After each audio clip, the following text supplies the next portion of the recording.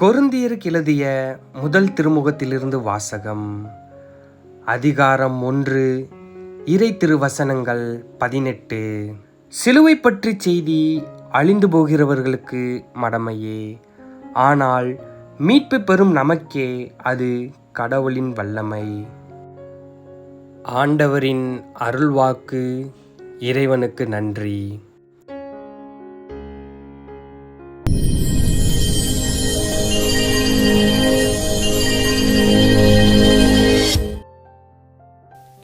சிலுவை சிகரமானது.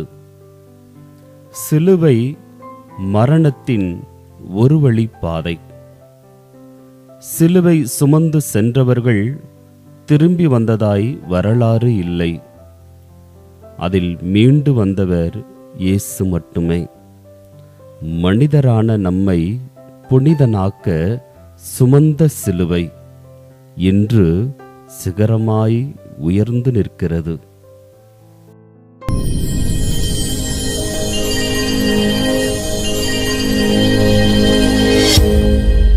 கடந்து வந்த பாதையை நான் திரும்பி பார்க்கிறேன்.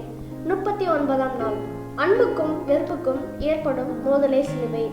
தன்னலத்திற்கும் பொதுநலத்திற்கும் ஏற்படும் மோரணே சிலுவை. சுயத்திட்டத்திற்கும் இறை திட்டத்திற்கும் ஏற்படும் சிக்கலே சிலுவை. உண்மைக்கும் பொய்மைக்கும் ஏற்படும் போராட்டமே சிலுவை. ஆம், திருப்பாடுகளின் வெள்ளி என்பது இயேசுவின் வேதனை பக்கங்களில் அல்ல, மாறாக வாழ்வை பாதியிலே முடித்து கொள்ளாமல் இறுதி வரை போராட தந்தையின் விருப்பத்தை நிறைவேற்றிய துணிச்சலான இயேசுவிடமிருந்து வாழ்வு என்றால் என்ன என்ற பாகத்தை முழங்கால் படியிட்டு கற்றுக்கொள்ளும் நாள்தான் இந்த புனித வெள்ளி. யாரும் விரும்பாமல் ஒதுக்கி தள்ளும் சிலுவையை தேடி வந்து அரவணைத்தவர் இயேசு. பட்டமரமாயிருந்த சிலுவை இயேசுவின் இரத்தம் பட்டதால் துளிர்விட்டது. சவக்கிடங்கில் பிணங்களோடு கிடந்த சிலுவை இன்று ஆலய வழிபாட்டில் வைத்து வணங்கப்படுகிறது. மரணத்துக்கு பாலமாயிருந்த சிலுவை இன்று வாழ்வுக்கு பாலமாயிருக்கிறது. அன்று உலகை பின்பற்றியவர்கள் சிலுவையை சுமந்தார்கள். இன்று இயேசுவை பின்பற்றியவர்கள் சிலுவையை மனதார சுமக்கிறார்கள். தரகத்திற்கு கூட மதிப்பில்லாத சிலுவை இன்று தங்கத்தாலும் ஜொலிக்கிறது. ஒரு மரசிலுவையை இயேசு சுமக்க எல்லா சிலுவைகளும் புனிதமானது. நான் ஆடுகள் வாழ்வை பெரும்பொருட்டு வந்தேன் என தம் வருகையின் நோக்கம் சொன்ன இயேசு வாழ்வை பலியாய் சிலுவையில் தொங்கி நம் பாவங்களுக்கு மீட்பு தந்த நாள் இன்று. அவமானத்தின் அடையாளமாக கருதப்பட்ட சிலுவை இயேசுவின் மீட்பு சின்னமாக, அருளின் சின்னமாக, அன்பின் சின்னமாக மாறியது. ஆம், சிலுவை சிகரமாய் உயர்ந்து நிற்கிறது வானோக்கி.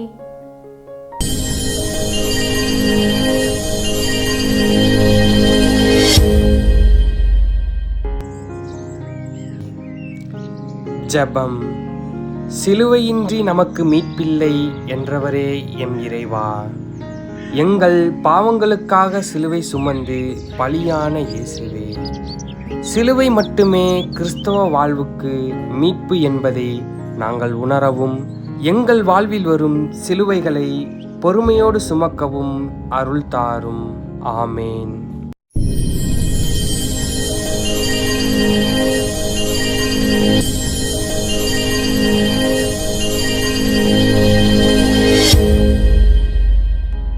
கடந்த பாதையை நான் திரும்பி பார்க்கிறேன் என்னும் தவக்கால சிந்தனையின் இன்றைய நாளின் உங்களுக்கான கேள்வி: கடவுளின் வல்லமை எது?